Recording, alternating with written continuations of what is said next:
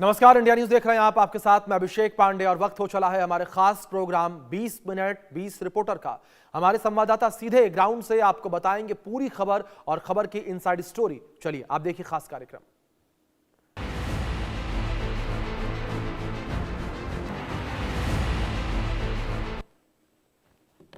हमने देखा कल ही ब्राज़ील के जो प्रेसिडेंट है लूला डा सिल्वा उन्होंने फ़ोन कॉल करी प्रधानमंत्री नरेंद्र मोदी को, डिस्कस करा ऑनगोइंग जो अभी ग्लोबल सिनेरियोज चल रहे हैं उसमें कैसे भारत और ब्राज़ील एक अहम भूमिका प्ले कर सकते हैं हम, क्योंकि दोनों ब्राज़ील और भारत ब्रिक्स के अहम जो है मेंबर्स हैं। तो कहीं ना कहीं अब देखने वाली बात होगी कि क्या किस तरीके से जो है चीज़ें आगे बढ़ती हैं ब्राज़ील और भारत में। उन्होंने प्रधानमंत्री नरेंद्र मोदी से फ़ोन पे कहा कि वो 19 से 21 फरवरी के बीच में वो भारत के दौरे पे रहेंगे और जो ब्राज़ील इंडिया बिजनेस फोरम है उसकी नेगोशिएशंस को कहीं ना कहीं आगे बढ़ाएंगे। हम जानते हैं कैसे पूरी दुनिया पे अमेरिका ने टैरिफ लगा रखे हैं, तो कहीं ना कहीं इस तरह की बिजनेस पार्टनरशिप्स काफ़ी अहम रहने वाली हैं। काफ़ी एक महत्वपूर्ण दौरा रहने वाला है ब्राज़ील के राष्ट्रपति का, तो देखने वाली बात होगी।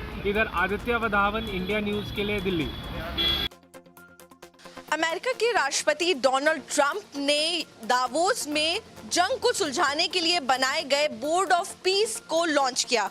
आपको बता दें कि इस बोर्ड का मकसद जो है वो गाजा में हो रहे युद्ध विराम को मजबूत करना है, लेकिन ट्रंप का ये भी कहना है कि आगे चलकर ये बोर्ड और भी ग्लोबल इश्यूज में साझेदारी जो है वो निभा सकता है और इसमें हिस्सा जो है वो ले सकता है। आपको बता दें कि व्हाइट हाउस की तरफ से 60 देशों को इस बोर्ड का हिस्सा बनने के लिए न्योता जो है वो दिया गया था, लेकिन 60 में से सिर्फ 20 देश ही इस सिग्नेचर सेरेमनी में शामिल हुए, जिसमें से पाकिस्तान के पीएम मौजूद रहे, साथ ही अर्जेंटीना, यूएई जैसे देश जो है वो भी उनके नेता भी शामिल रहे। फिलहाल इंडिया से कोई भी इस साइनिंग सेरेमनी में शामिल नहीं हुआ।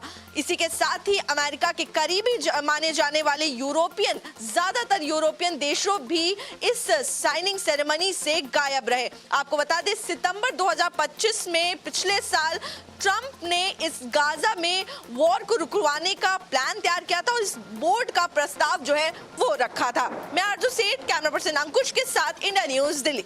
ऑनलाइन गेमिंग की लत आपको बर्बाद कर सकती है, आपको कंगाल भी कर सकती है, आपको जेल भी भेज सकती है। वह धमतरी में एक ऐसा ही मामला आया है जो धमतरी के मगललोड इलाके का है। मगललोड जनपद में डाटा एंट्री ऑपरेटर धर्मेंद्र ने जनपद सीओ का फर्जी हस्ताक्षर करके 8,22,000 रुपए निकाल लिए और उसको आरटीजीएस करके अपने ही खाते में ट्रांसफर कर लिया। ट्रांसफर करने के बाद उसने जो ऑनलाइन गेमिंग है वो गेमिंग में पूरे 8,22,000 रुपए उड़ा दिए। फिलहाल इस मामले में जो डाटा एंट्री ऑपरेटर धर्मेंद्र है उसको गिरफ्तार कर लिया गया है और मगललोड पुलिस द्वारा कार्रवाई करके उसको जेल भेज दिया गया है। धमतरी से संदेश गुप्ता, इंडिया न्यूज के लिए। पटना में नीट छात्रा की मौत के 11 दिन से ज्यादा बीत चुके हैं, लेकिन अभी तक पुलिस किसी ठोस नतीजे पर नहीं पहुंच सकी है। हालांकि इस बीच लगातार लोगों का आक्रोश बढ़ता जा रहा है और पुलिस की जांच पर लगातार सवाल उठ रहे हैं।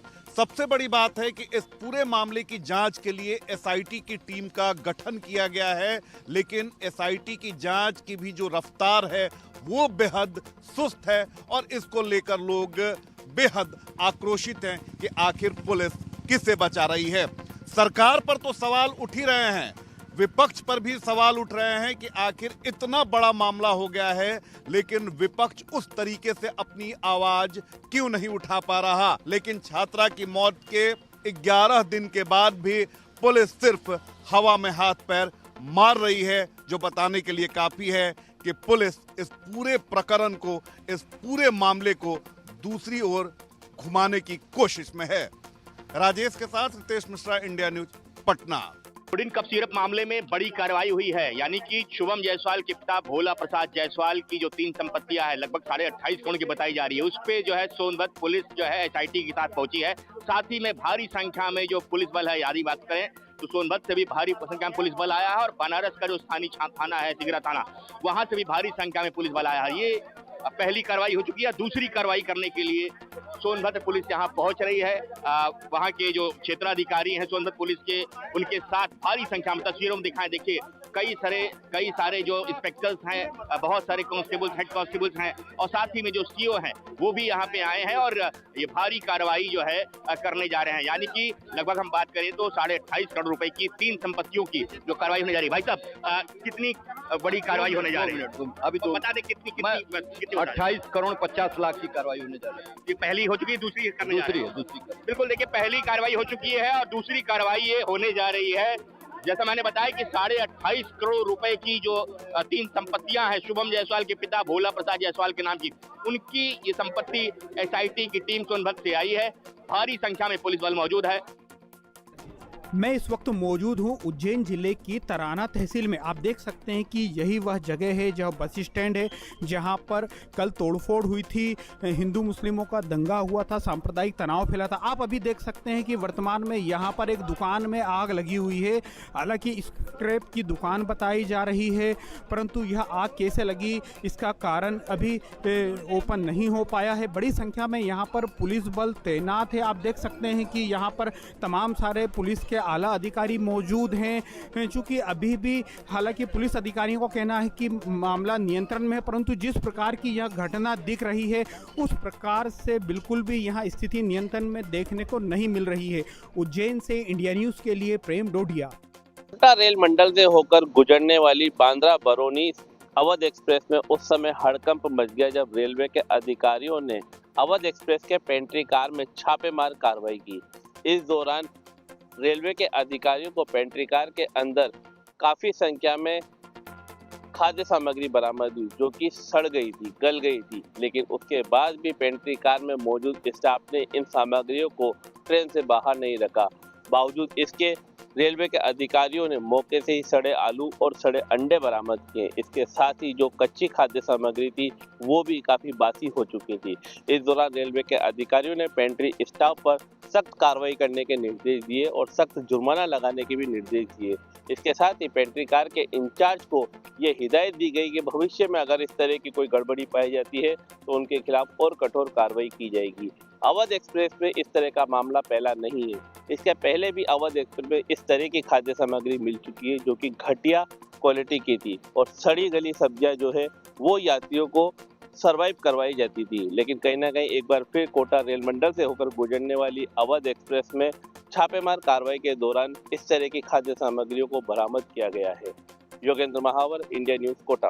देश के डीएड कर्मी अनिश्चितकालीन आम अनशन पर बैठे हैं। वजह सिर्फ इतनी है कि नियुक्ति पत्र दे दीजिए।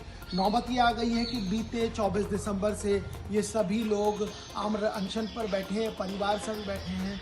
वजह ये बताई जा रही है कि हाई कोर्ट आदेश दे रहा है, उसके बावजूद भी हमारी नियुक्ति नहीं कराई जा रही। नौबत ये आ गई कि आज सुबह 6:30 बजे नया रायपुर अटल नगर स्थित गजेंद्र यादव शिक्षा मंत्री के बंगले पहुंच जाते हैं और वहां पर धरने पे बैठ जाते हैं। नाराज़गी इस कदर थी कि ये तक कह दिया गया कि 14 मंत्रियों की ज़रूरत क्या है। जब अधिकारी ही सब कुछ चला रहे हैं तो उनको मंत्री मान लीजिए और उन्हीं से काम करा लीजिए। और हम आज नहीं हटेंगे। पुलिस अगर उठाने की कोशिश करेगी तो उनके ऊपर भी हाथ उठ सकता है। जब मंत्री को ही नहीं पता नियुक्ति कब होगी तो आप ये समझिए जिसकी नियुक्ति होनी है उसका तो भगवान ही मालिक है। इस समय सहयोगी गिरीश के साथ Deepak Vishwakarma, India News, Raipur. Location गलत मिलने की वजह से राजस्थान की राजधानी जयपुर के जयसिंहपुरा कोर थाना इलाके में भरतपुर जिले की एक पुलिस थाने के जवानों ने गलत घर में दबिश दे दी। ये पूरा कारनामा देर रात को तकरीबन 2:30 बजे सामने आया जब चेक बाउंस के एक मामले में भरतपुर जिले के थाना पुलिस यहां पर एक आरोपी को पकड़ने के लिए पहुंची थी, लेकिन जिस तरह से लोकेशन गलत मिली तो दूसरे घर के अंदर दबिश दे दी। वहीं जब लोगों ने पुलिस को मंकी कैप में देखा तो उन्होंने चिल्लाना शुरू कर दिया। पुलिस के जवानों ने खुद को इंट्रोडक्ट कराने के बजाय घर में इधर उधर छुपने लगे, जिसके बाद जब लोगों ने काफ़ी विरोध किया तो मोहल्ले के लोग इकट्ठा हो गए और जब पूरे मामले की जानकारी ली गई तो सामने आया कि भरतपुर पुलिस के ये जवान थे। जब इन्होंने पूरी जानकारी दी तो उसके बाद बाद जो संबंधित आरोपी जिस घर में किराए पर रह रहा था उस घर पर पुलिस पहुंची और आरोपी को हिरासत में लिया। बहरहाल मकान मालिक की तरफ से जिस तरह से गंभीर आरोप पुलिस पर लगाए गए हैं कि पुलिस को अपना इंट्रोडक्शन देना चाहिए था, पुलिस को डोरबेल बजाकर घर में एंटर करना चाहिए था। एक बार की तो हम डर गए थे, लेकिन जिस तरीके से उन्होंने अपना परिचय दिया उसके बाद पूरा मामला साफ हो चुका है। बहरहाल जिस तरीके से ये मामला सामने आया उसके बाद राजस्थान पुलिस महकमे में इस मामले की काफी चर्चा हो रही है। सहयोगी कैमरा पर्सन तनुज के साथ मोहम्मद रजाउल्लाह, इंडिया न्यूज, जयपुर। तो डीएसटी ने एक बार फिर से नशे के खिलाफ बड़ी कार्रवाई करी है। उनियारा थाना क्षेत्र के खातोली गांव के समीप मुखबिर की सूचना पे उनियारा पुलिस और डीएसटी ने बड़ी कार्रवाई करी है। आपको बता दूं 4 लोगों को 6.5 किलो गांजे के साथ गिरफ्तार करा है। साथ ही 2 मोटरसाइकिलें भी जब्त करी हैं और जो गांजे की कीमत है वो 3 लाख बताई जा रही है। साथ ही 3,000 रुपए नगद भी जब्त कर रहे हैं पुलिस ने गहनता से पूछताछ कर रहे हैं ये गांजा लाए कहाँ थे और आगे कहाँ सप्लाई होना था। मैं टोंक से Samiur Rahman, India News. King George medical college में स्थित हाजी हरमैन साहब की वर्षों पुरानी दरगाह है। यहाँ पर इस दरगाह को लेकर के जो भारतीय जनता पार्टी के नेता हैं अभिजात मिश्रा, उन्होंने मुख्यमंत्री योगी आदित्यनाथ को पत्र लिखा है कि ये अवैध मज़ार है, उसको यहाँ से हटाया जाना चाहिए। केजीएमयू परिसर के अंदर ये मज़ार स्थित है। तस्वीरें हम आपको दिखाएंगे, आप देख सकते हैं वर्षों पुरानी ये मज़ार है। बताया जा रहा है 647 साल इस मज़ार को हो गए, यानी 647वां उर्स जो है यहाँ पर शाबान की 8 तारीख को यहाँ पर 7 तारीख को यहाँ पर मनाया जाता है। दूर दूर से लोग आते हैं, बड़े अकीदत के साथ यहाँ के ऊपर पहुँचते हैं। दुनिया भर से लोग जो हैं आते हैं, अपनी मुरादें मांगते हैं, मन्नतें मांगते हैं, चादरें चढ़ाते हैं। उस मज़ार को लेकर के ये पत्र लिखा गया है कि यह मज़ार अवैध है, इसको यहाँ पर हटाया जाना चाहिए। देखिए जो मज़ार में यहाँ पर मुस्तकिल देखभाल करते हैं हमारे साथ में है, क्या नाम है आपका? जी मेरा नाम अतीक अहमद है। अतीक साहब, कब से यहाँ पर आप देखभाल कर रहे हैं? मुझको तो कम से कम 20 साल हो गए यहाँ पर, और मेरे वालिद साहब खानदान मतलब हम चला आ रहा है, तीसरी पीढ़ी हमें यहाँ पर खिदमत करते हुए कम से कम 100 सालों से हम लोग खिदमत कर रहे हैं यहाँ पर। लेकिन अब इस मज़ार को लेकर के ये बात कही जा रही है कि ये मज़ार अवैध है, इसको यहाँ से हटाया जाना चाहिए, जिसको लेकर मुख्यमंत्री योगी आदित्यनाथ को अभिजात मिश्रा ने पत्र लिखा है। अब देखने वाली बात होगी कि आखिर इस पत्र के बाद यहाँ पर क्या कार्रवाई होती है। इंडिया न्यूज़ के लिए लखनऊ से सैयद फिरोज आलम।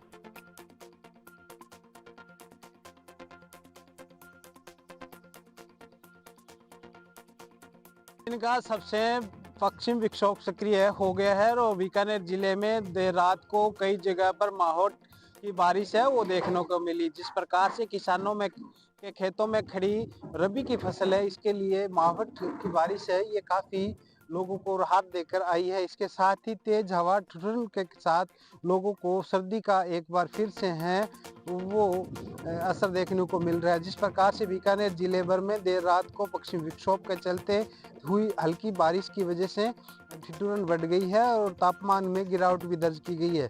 लेकिन किसानों के खेतों में खड़ी जो रबी की फसल है उसके लिए ये काफ़ी वरदान साबित माना जा रहा है। जिस प्रकार से मेरे पीछे का एक बार मैं दृश्य दिखा दूं कि जो फसलें खड़ी है उन फसलों में जिस प्रकार से रबी की सीजन की फसल है, सबसे सरसों व गेहूं व चने की फसल है, उसके लिए लाभदायक साबित होने वाला ये माहौल है वो कही जा सकती है। 26 जनवरी को लेकर कुरुक्षेत्र पुलिस अलर्ट मोड पर है। कुरुक्षेत्र में जो जिला स्तरीय कार्यक्रम होगा उसमें मंत्री कृष्ण बेदी झंडा फहराने के लिए आएंगे। इसी कड़ी में कुरुक्षेत्र पुलिस अलर्ट मोड पर दिख रही है और कुरुक्षेत्र पुलिस ने एक सर्च अभियान चलाया। इस सर्च अभियान में जहां डॉग स्क्वाड की मदद दी गई, उसके अलावा बम स्क्वाड व पुलिस ने गहनता से जो सर्च अभियान चलाया और चप्पे चप्पे पर तलाशी ली। इससे पहले भी कुरुक्षेत्र के कोर्ट परिसर में जो है इस तरह का अभियान चलाया गया था। कुरुक्षेत्र थाना शहर पुलिस प्रभारी सुनील वत्स से बात की गई तो उन्होंने बताया कि पुलिस ने 26 जनवरी के मद्देनजर ये अभियान चलाया है, जिसमें डॉग स्क्वाड, बम स्क्वाड के साथ साथ सर्चिंग अभियान चलाया गया है। उन्होंने कहा कि इस तरह का अभियान कुरुक्षेत्र में जगह जगह पर चलाया जाएगा, धर्मशालाओं में भी ये अभियान चलेगा, इसके अलावा रेलवे स्टेशन पर भी ये अभियान चलेगा ताकि 26 जनवरी का जो कार्यक्रम है वो निर्विघ्न तौर पर संपन्न हो सके। कुरुक्षेत्र के पुलिस अधीक्षक नीतीश अग्रवाल से भी बात की गई तो उन्होंने बताया कि कुरुक्षेत्र पुलिस अलर्ट मोड पर है और कुरुक्षेत्र पुलिस गहनता से सर्चिंग अभियान चला रही है ताकि किसी भी तरह से लोगों को कोई दिक्कत ना हो। नूह जिले के घासड़े गांव में स्कूल में जो गर्ल्स स्कूल था वहाँ में बता दें कि कमरे में अचानक आग लग गई है और आप मेरे पीछे देख सकते हैं यहाँ का जो बचाव कर्मचारी हैं किस तरह से यहाँ पर लगे हुए हैं कि और गनीमत रही कि कोई मानहानि का नुकसान नहीं हुआ। लेकिन बता दें कि स्कूल में अगर बात करते हैं काफ़ी सामान जो गिर गया। आप ये देख सकते हैं कि जो स्कूल में बच्चे पढ़ते थे ये टैब है, टैब जो बच्चे रहते थे वो भी जल के राख हो चुका है। ये देख सकते काफ़ी नुकसान इसमें देखा जा सकता है। ये देखिए नए टैब है वो बंद पड़े हुए हैं तो इस तरह का नुकसान यहाँ पर देखा जाए। पूरी अभी भी जो बचाव है जो आए हैं फायर ब्रिगेड की टीम पर पहुँची है, तमाम वो गेट तोड़ने की कोशिश जा रही है। आप देख सकते हैं कि अभी भी इसमें आग लगी हुई है और तमाम जो यहाँ पर सामान था वो जल कर राख हो चुका है। साथ साथ बताया जा रहा है कि यहाँ पर जो बच्चों के टैब मिलते थे वो यहाँ पर मौजूद है। साथ साथ जो बच्चे की जो कंप्यूटर थे वो भी यहाँ पर हैं। और वहीं बता दें कि इसमें अगर बात करते हैं काफ़ी नुकसान इसमें बताया जा रहा है कि जो सोलर सिस्टम लगा हुआ है उसकी शॉर्ट सर्किट से ये आग लगी है। पहुंचे हैं ईडी डायरेक्टर राहुल नवीन और आज सुबह 11 बजे से एनफोर्समेंट डायरेक्टरेट का कोलकाता का ऑफिस में एनफोर्समेंट डायरेक्टरेट का डायरेक्टर राहुल नवीन के साथ मीटिंग हो रहा है जोन 1 और जोन 2 का आधिकारिकों का।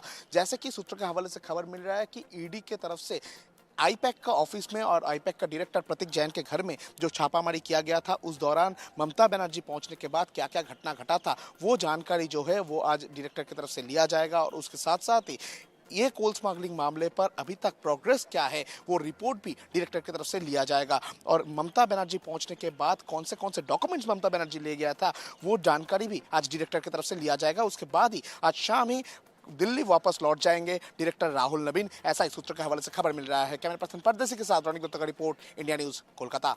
देश में रेलवे में लगातार परिवर्तन किए जा रहे हैं, नए आयाम स्थापित करने के लिए प्रयास किए जा रहे हैं। कहे कि जिस तरीके से रेलवे में नए डेवलपमेंट के साथ यात्रियों की सुविधा का खास ध्यान रखा जा रहा है, इसी की तर्ज में अब जयपुर जंक्शन पे जो है लोगों को प्लेटफॉर्म ढूंढने में परेशानी जो होती थी वो कम होने जा रही है। जिस तरीके से पिछले कई दिनों से जयपुर जंक्शन पर डेवलपमेंट का काम चल रहा था, उसी के साथ में अब जो है कई प्लेटफॉर्म के नाम है उनको रिशफल करा गया है। प्लेटफॉर्म नंबर 6 और 7 का नाम बदलकर प्लेटफॉर्म नंबर 1A और 1B रखा गया है। बताया जा रहा है कि इन प्लेटफॉर्म से अहम जो ट्रेनें हैं वो चलाई जा रही है और साथ में वंदे भारत जैसी ट्रेनें इनसे दौड़ेगी। कैमरा पर्सन तनुष शर्मा के साथ मैं प्रशांत यादव, इंडिया न्यूज, जयपुर। जम्मू कश्मीर में बीती रात से जारी बारिश और बर्फबारी के चलते कड़ाके की सर्दी का एहसास फिर से होने लगा है। वहीं बारिश ने गाड़ियों की रफ्तार पे भी ब्रेक लगाया है। आपको बता दें कि जम्मू श्रीनगर हाईवे बंद है। डोडा, किश्तवाड़, भदरवा और राजौरी, पुंछ के ऊपरी इलाकों में बर्फबारी का सिलसिला जारी है और बर्फबारी के चलते ही जम्मू श्रीनगर हाईवे पे भी गाड़ियों की रफ्तार थम गई है। लगभग 1 फीट के करीब बर्फ जो है वो रामबन बनिहाल के इलाके में देखी गई है। जबकि डोडा, किश्तवाड़ की बात करें तो वहाँ पर भी लगभग 1 से 1.5 फीट बर्फ जो है कई इलाकों में है। माता वैष्णो देवी की यात्रा को ताज़ा बारिश और बर्फबारी के चलते रोक दिया गया है और कई स्कूल जो हैं वो डिस्ट्रिक्ट्स में बंद कर दिए गए हैं। वहीं अगर बात की जाए तो मौसम विभाग का कहना है कि अगले 24 घंटे इसी तरह से बारिश और बर्फबारी जारी रहेगी, इसकी संभावना जताई जा रही है। मणिडीगरा के साथ अजय सिंधियाल, इंडिया न्यूज, जम्मू। बसंत पंचमी के पावन पर्व पर हम इस समय प्रयागराज के त्रिवेणी क्षेत्र में मौजूद है, जहां पर श्रद्धा की डुबकी लगाने के लिए श्रद्धालुओं का जनसैलाब उमड़ पड़ा है। आप हमारे पीछे देख सकते हैं कि लगातार कई किलोमीटर की पैदल यात्रा कर श्रद्धालु त्रिवेणी संगम पहुंच श्रद्धा की डुबकी लगाने के लिए आगे बढ़ रहे हैं। इस श्रद्धा की डुबकी लगाने में बच्चे, बुजुर्ग और महिलाएं भी शामिल है, जो हर कोई संगम की ओर बढ़ रहा है और जहां त्रिवेणी संगम पहुंचकर वो आस्था की डुबकी लगाएंगे। आज बसंत पंचमी पावन पर्व है, इसलिए त्रिवेणी संगम में श्रद्धालुओं का जनसैलाब उमड़ा हुआ है। भीड़ को देखते हुए प्रशासन भीड़ को सुनिश्चित करने के लिए जगह जगह पर बैरिकेडिंग लगाए हुए है कि भीड़ अव्यवस्थित न हो सके। हर कोई आसानी से, हर श्रद्धालु आसानी से संगम पहुंचे और त्रिवेणी में डुबकी लगाकर पुण्य कमाए। इसको लेकर वहां पर जो श्रद्धालुओं की सुरक्षा की व्यवस्था की बात करें तो पुलिस की पैनी नजर है, जगह जगह पर पुलिस बैरिकेडिंग है। बसंत पंचमी को लेकर सुबह से भोजशाला के भीतर जो है पूजा का कार्यक्रम चालू है। आप देख सकते हैं भोजशाला के गेट के बाहर महिला श्रद्धालुओं की लंबी लंबी कतारें लग रही है। श्रद्धालुओं के जो जत्थे हैं लगातार पहुंचने का सिलसिला जारी है। लगातार जो है भक्तों की संख्या बढ़ती जा रही है। महिला श्रद्धालु हो या पुरुष श्रद्धालु हो, भोजशाला के बाहर जो है लंबी लंबी कतारें जो है लोगों की आ रही है। इंडिया न्यूज के लिए मनीष देवड़ा। लखनऊ के किंग जॉर्ज मेडिकल कॉलेज में बसंत पंचमी का पर्व बड़े ही धूमधाम के साथ मनाया जा रहा है। खूबसूरत खूबसूरत रंगोलियां आप देख सकते हैं तस्वीरों में। केजीएमयू परिसर के अंदर यहां पे बनाई गई है। कई सालों से लगातार केजीएमयू में बसंत पंचमी का ये पर्व मनाया जाता है। रंगोली के पास खड़े होकर लोग सेल्फी लेते हुए नजर आ रहे हैं। रंग बिरंगे कपड़ों में यहाँ के जो स्टूडेंट हैं वो यहाँ के ऊपर मौजूद हैं। आज बसंत पंचमी का पर्व है, कैसे मना रहे हैं आप? काफी धूमधाम से मना रहे हैं। हम ही लोग ऑर्गेनाइजिंग बैच है, 24 बैच जॉर्जियन 24। काफी मेहनत लगा इसमें, हमारे साथ साथ हमारे जूनियर्स का भी मेहनत लगा है। रात भर फूल तोड़ा गया, 8 कुंटल लगभग फूल आए थे, उससे ऊपर ही आए थे। रात भर फूल तोड़ा गया। फिर अगले दिन काफी लेट भी हो गई थी कुछ दिक्कत की वजह से। फिर प्रसाद पैक करवाया गया। काफी रात भर तो हमने तो किया ही किया। लड़कियां भी काफी मेहनत की है। ये रंगोली हो गया, 3 बड़ी बड़ी रंगोली बनी है। वो फोटो बूथ देख लीजिए, जितने सारे में बहुत मेहनत लगा, हद से ज्यादा मेहनत लगा है। काफी अच्छा लग रहा है। हम लोग को भी रिव्यू भी काफ़ी अच्छा मिल रहा है हमारे रेसिडेंट से कि हमने काफ़ी अच्छा बनाया है।